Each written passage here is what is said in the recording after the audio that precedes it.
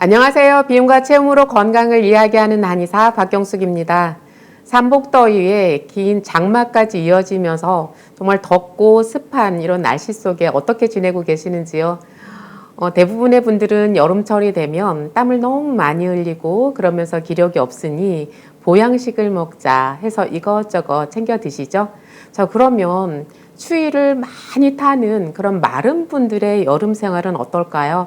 여름은 덥고 따뜻하니 행복할까요?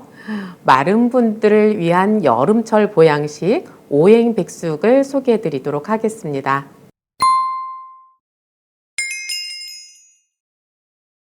언뜻 생각하면 평소에 손발이 차고 추위를 많이 타고 그리고 말라있는 분들, 이런 분들은 여름을 지내기가 좀 수월하지 않을까 그런 생각하실 수 있을 텐데, 근데 저의 경험을 돌이켜보면 그렇지가 않은 것 같아요. 저 같은 경우 지금은 어느 정도 그래도 이렇게 통통하죠. 근데 예전에 많이 마르고 몸이 약했을 때, 그때 겨울도 힘들었지만 여름은 지내기가 더 힘들었던 그런 기억이 나요. 그래서 몸에서 땀은 안 나는데, 그러니까 여름철 날씨가 너무 덥다 보니까 안에서 열은 어느 정도 올라오는데 땀으로 배출이 안 되니까 그냥 나중에는 거의 혼절할 것 같은 이제 그런 어려움이 있었고요. 그리고 에어컨을 켜놓은 곳과 켜놓지 않은 곳을 이렇게 오갈 때마다 거기에 적응을 잘 하지 못하는 거예요. 그래서 요즘 그 내원하시는 환자분들 중에 정말 안타깝게도 이렇게 더운데도 겨울 바지를 입고 오시는 분들이 있는가 하면, 그리고 위아래로 네이까지 이렇게 챙겨 입고 오시는 분들, 그리고 밖에다가 심지어 이제 스웨터까지 걸치고 그렇게 오시는 분들이 계신 거예요.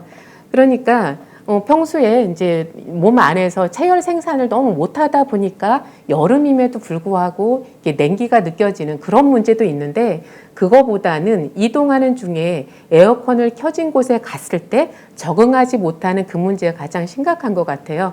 그래서 어떻게 표현을 하시냐면, 에어컨을 켜놓은 그 전철을 타면 몸이 다 에어져 나가는 것 같다, 시려서 끊어지는 것 같다, 이런 표현도 하시거든요.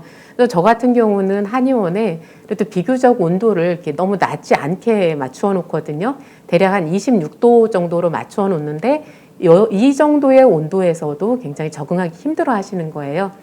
이렇게 내 에어컨을 켜놓은 곳, 그리고 켜놓지 않은 바깥에 왔다 갔다 할 때마다 여름과 겨울을 마치 왔다 갔다 하는 것처럼 몸에서 적응을 하지 못하고 힘들어 하시는 분들, 이런 분들이 많으시더라고요. 그래서 마음이 좀 아프고, 이런 분들에게 도움을 드릴 수 있는 음식 뭐 없을까 이제 이런 고민을 하다가, 여름철 하면 되게 백숙 많이 드시잖아요.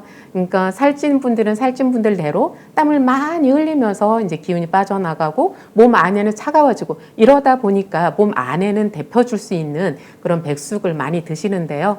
마른 분들에게 좀 더 적절한 백숙은 없을까? 이런 생각을 하다가 제가 오행백숙을 생각을 해냈어요. 여기에서 오행이라는 것은 약재 중에서 제가 5가지 정도를 이렇게 선택을 해서 이름을 붙였는데요. 그래서 이 약재는 어떤 거 중심으로 들어갔냐면, 혈액순환이 잘 되게 하고 소화를 좀 더 잘 되게 할 수 있는, 백숙을 먹을래도 소화가 돼야 먹을 수 있잖아요. 그래서 그나마 소화를 좀 더 용이하게 할 수 있는 그런 약재들 한번 선택을 해봤어요. 저와 함께 오행백숙 끓이기 한번 도전해 볼까요? 먼저 백숙을 끓이려면 닭이 있어야 되겠죠. 그래서 닭을 이렇게 2마리를 준비를 했는데요. 대개 이제 삼계탕 이렇게 여름에 먹을 때는 조그만 거 영계백숙 뭐 이렇게 해서 끓여서 드시잖아요. 그런데 저는 이제 닭을 선택함에 있어서 닭뿐만이 아니라 모든 음식들을 선택할 때 대부분 이제 무항생제를 우선적으로 선택을 하고 거기에서 이제 크기를 선택을 하는데요.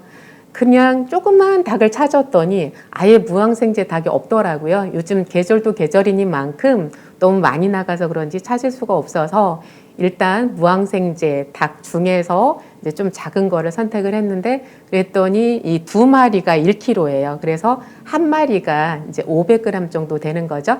그래서 500g짜리는 잘 드시는 분들은 혼자서도 드실 수 있지만 대개는 이제 2분 정도 같이 드시면 딱 맞을 것 같아요.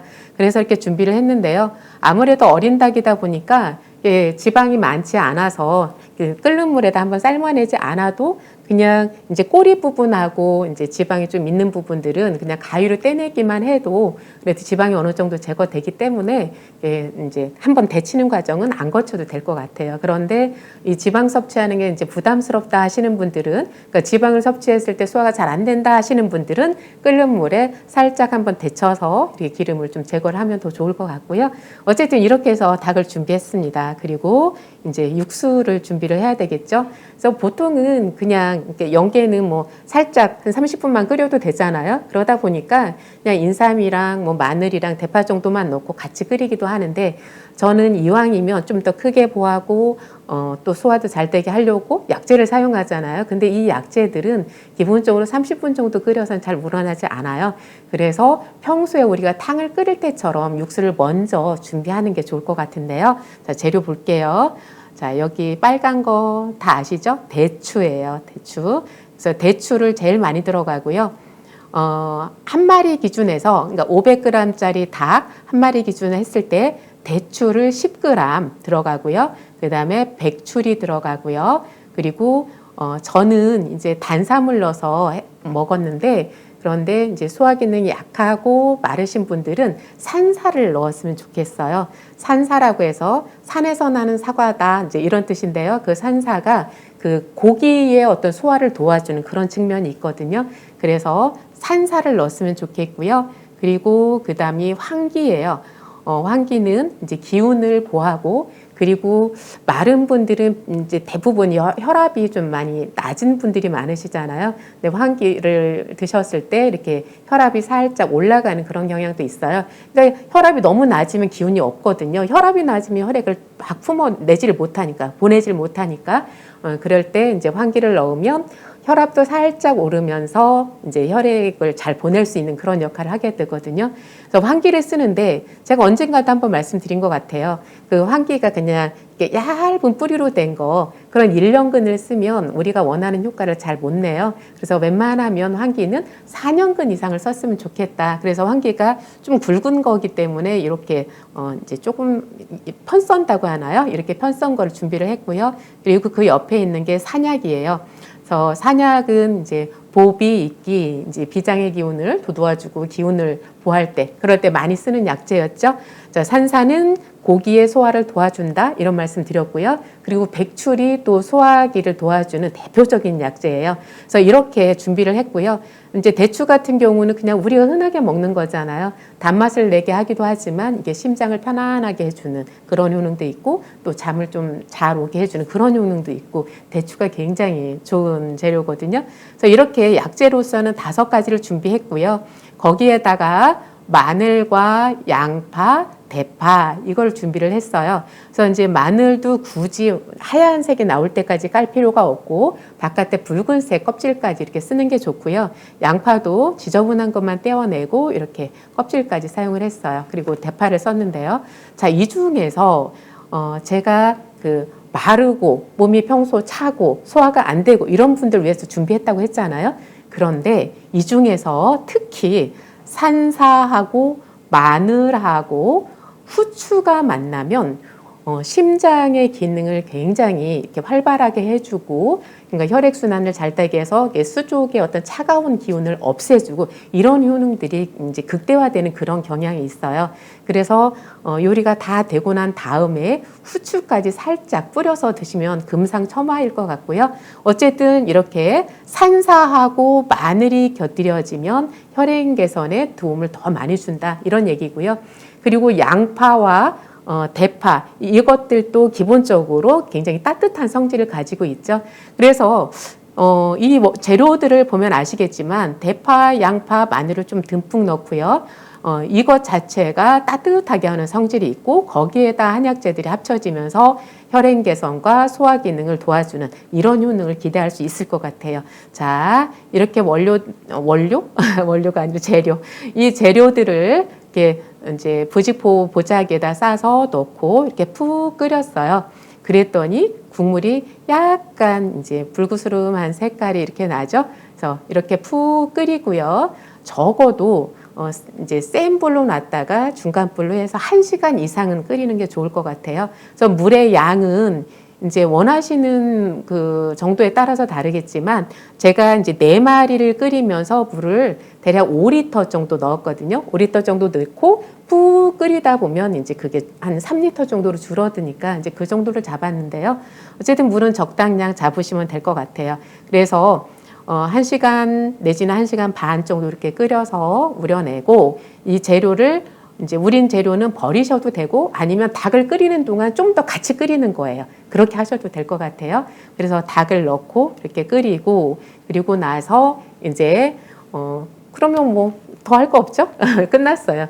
그러면 이제 먹을 그릇에다가 국물하고 이제 닭을 담고 아까 말씀드렸던 것처럼 후추를 살짝 뿌리고 이렇게 해서 드시면 되는데요. 그런데 이렇게 아무리 소화 잘 되는 약재를 함께 해서 끓인다 하더라도 그래도 고기 자체를 소화하기가 힘드신 분들은 고기를 그냥 아주 잘게 그냥 시로라기처럼 이렇게 다지듯이 찢는 거예요. 그렇게 하고 거기에다가 쌀을 넣고 이렇게 죽을 끓이는 거죠. 그럼 닭죽이 되는 거죠. 그런데 이제 쌀만 넣었을 때 고소한 맛이 좀 더 가미되었으면 좋겠다 하실 때는 깐 녹두를 같이 넣고 이렇게 죽을 쓰면 굉장히 고소하고 맛있어요. 또 이렇게 잘게 다진 고기를 넣어도 이것마저도 또 소화가 안 된다 하시는 분들은 푹 끓였으면 그 국물로 어느 정도가 우러난 거거든요. 그래서 고기는 제하고 그 국물에다가 이렇게 쌀이나 녹두를 넣고 죽을 쏘아서 그 정도만 드시더라도 제가 생각할 때는 속을 덮여주고 혈액순환이 잘 되고 기력을 보충할 수 있는 이런 효과를 거둘 수 있지 않을까 이런 생각이 듭니다. 자, 그래서 마르고 또 손발이 시리고 기운 없고 이런 분들이 여름철 나기 힘들 때 딱 뭐 초복, 중복, 말복 이럴 때뿐만이 아니라 이 여름철에 이 오행백숙을 좀 더 여러 번 끓여서 드시면서 기운차게 이 여름을 보내실 수 있었으면 좋겠습니다. 고맙습니다.